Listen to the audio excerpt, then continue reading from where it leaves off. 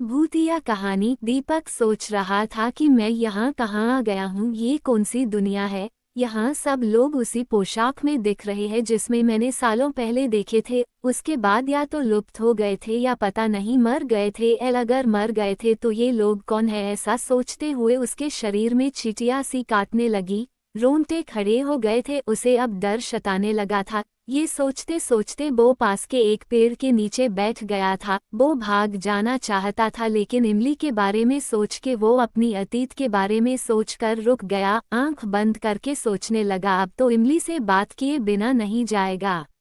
थोड़े समय बाद जब दीपक ने आंखें खोली तो उसके सामने बहुत सुंदर पोशाक में इमली हाथ में एक गुलाब का फूल लिए हुए खड़ी है। इस पोशाक में इमली बेहद खूबसूरत, मानो किसी अप्सरा की भांति, होठों पे लाली लगाए हुए, बालों को उस सुंदर ढंग से संभाला हुआ है जिसमें से केवल कुछ जुल्फ लहरा रही थी जो कि उसकी पलकों से होती हुई उसके गुलाबी गोरे कोमल गालों को स्पर्श करके खुद को आनंदित कर रही थी। नाक में जो नथुनी थी अपनी अलग ही चमक फैला रही थी। दूसरा गाल बालों की आड़ में छुपा हुआ था, मानो बार बार छुप छुप के झांक रहा हो। उसी छुपने झांकने की झलक के साथ कानों की बालियां अपनी उपस्थिति से उसके मुख की सुंदरता को चार चांद लगा रहे थी। गले में चमकता हार और उसके साथ बाली मालाएं इमली की सुंदरता को बढ़ाए जा रहे थे। इमली एक साक्षात रति की देवी नजर आ रही थी। दीपक बैठा उसे आंखें गड़ाए हुए देखे जा रहा था। अब इमली के आगे बढ़ने के साथ साथ छम छम की आवाज आ रही थी। पास आके इमली ने अपना एक हाथ आगे बढ़ाया। दीपक ने उसका हाथ पकड़ा और खड़ा हो गया।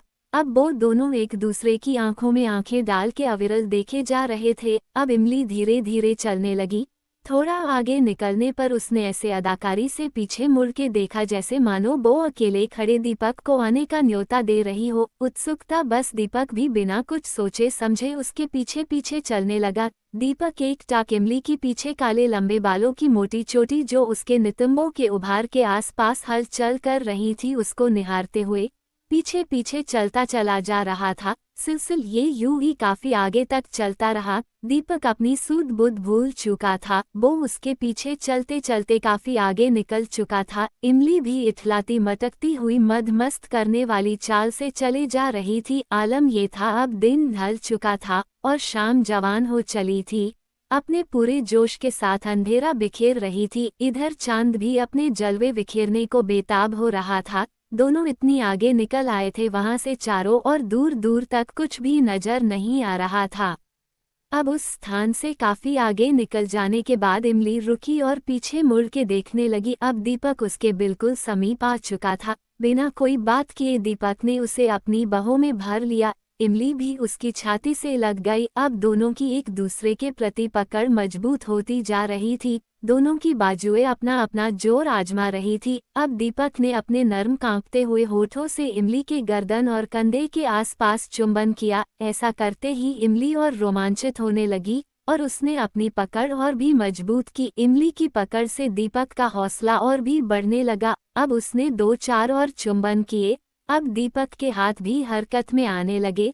उसके हाथ इमली के पीठ के खुले हिस्से का बखूबी जायजा करने लगे थे।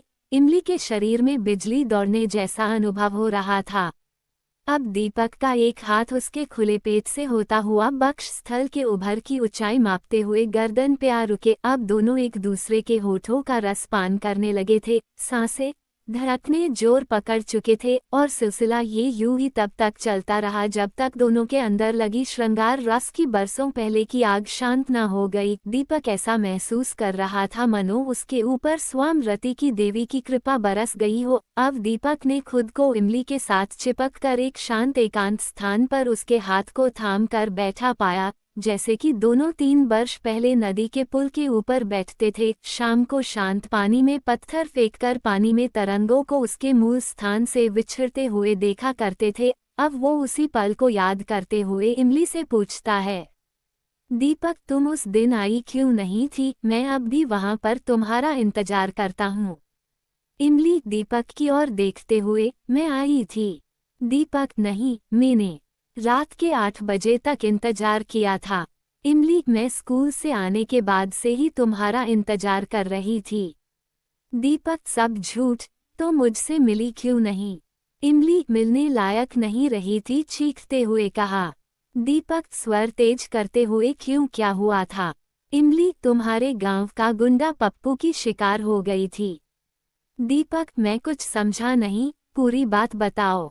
इमली ने अपने आंखों से आंसू पोंछते हुए बताया, मैं तुम्हारा इंतजार कर रही थी, नदी के पुल के पास बाले पेड़ के नीचे, तभी वहां पे पप्पू अपनी गुंडों के साथ बंदूक लिए आया।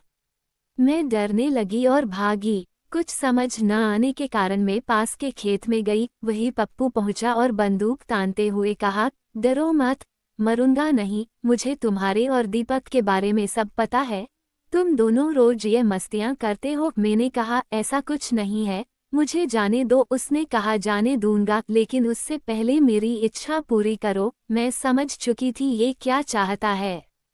तब तक तुम नहीं आए थे। मैंने चिल्लाना चाहा, लेकिन तब तक उसने मेरा मुंह पकड़ के दबा लिया और मेरे साथ दुराचार करता रहा। मेरी हालत खराब हो गई थी। फिर वो मुझे उठा के अपनी गाड़ी में ले गया और शाम को घर पे छोड़ गया। साथ ही घर वालों ने अगर किसी को बताया तो उन्हें जान से मरने की धमकी दे के चला गया। घर वाले डर गए थे, किसी को नहीं बताया। उसी दिन से घर वालों ने मेरा स्कूल जाना बंद करा दिया। मैं घुटने लगी थी उस कैद वाली जिंदगी से, इसलिए मैंने खुद को आज़ाद करना सही समझा और एक दिन मैंने पंखे से लटक कर खुद को आज़ाद कर लिया। दीपक के मुंह से बस क्या ही निकला और वो पसीने से सराबोर हो गया। सन्नाटा सा छा गया उसकी आंखों और कानों के आगे। अब उसकी आवाज गले की गले में ही रह गई। सोचने लगा, अब तक मैं एक आत्मा के साथ हूँ। अब सब शून्य जैसा लगने लगा था। डर के साथ साथ भय उसे अब खाए जा रहा था। अब वो अपनी पूरी ऊर्जा के साथ आंखें बंद करके दौड़ रहा था और दौड़ता ही रहा। एक लंबा रास्ता तय करने के बाद उसे एक झोपड़ी दिखी। उसे देख के रुका। उसकी सांसें बहुत तेज चल रही थी, हाफ रहा था। अब उसका फोन बजता हुआ सुनाई दिया। उसने देखना कि उसके पापा के नंबर से ये 27वीं कॉल है। उसे पता ही नहीं चला। उसने कॉल किया, हेलो पापा। हाँ, कहाँ हो? कॉल ही नहीं उठा रहे हो? दीपक, मैं यहाँ शहर से दूर मुन्नी चाची के साथ आया था। पापा, तुम इतने हाफ क्यों रहे हो?